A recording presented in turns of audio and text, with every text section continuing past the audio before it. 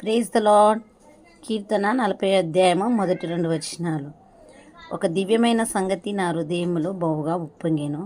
నేను రాజును గూర్చి రచించిన దానిని పలికెదను. నా నాలుక త్వరగా రాయుమని కలము వలెనున్నది.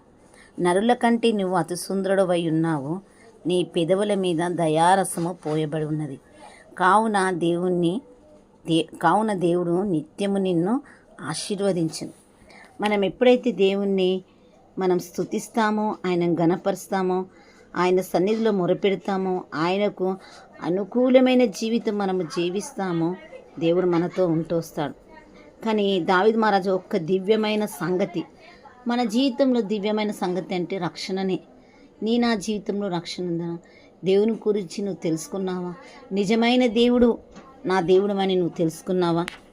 ఆ రీతిగా మనం ఉన్నావా? రక్షణ అంటే పాప క్షమాపణ కలిగిన జీవితం మనలో ఉందా?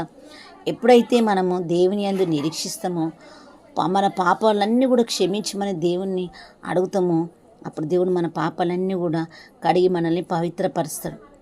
మనకు అదే సంతోషం. దేవుని మందిరంలో నిలబడమే పెద్ద సంతోషం.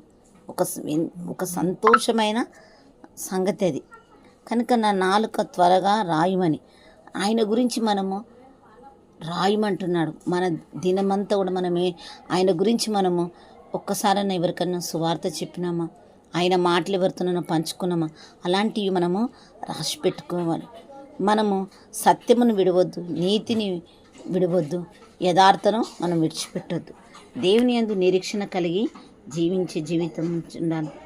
నరుల కంటే నీవు సుందరుడు. నీ సుందరి నా సుందరతనం కంటే మన అందరికంటే దేవుడు సుందరుడు. అందరికంటే అతి సుందరుడైన దేవుడు ఉన్నాడు.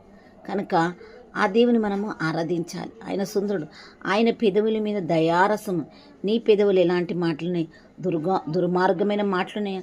దూషణకరమైన మాటలున్నాయా? ఇతరుని హింసించే మాటలున్నాయా? ఇతరుని పొడవబడే మాటలున్నాయా?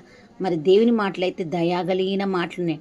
ఆయన దయగల మాటలు, ఆయన ప్రేమించే మాటలు, ఆయన ఓదార్చే మాటలు, ఆయన మనల్ని హక్కుని చేర్చుకునే మాటలు, అలాంటి మాటలు నీవు నేను కలిగి ఉండాలి. అట్లా జీవించును గాక. ఈ కొద్ది మాటలు దేవుడు దీవించును గాక. ఆ రీతిగా మనం మాట్లాడాలని దేవుడు ఆశపడుతున్నాడు.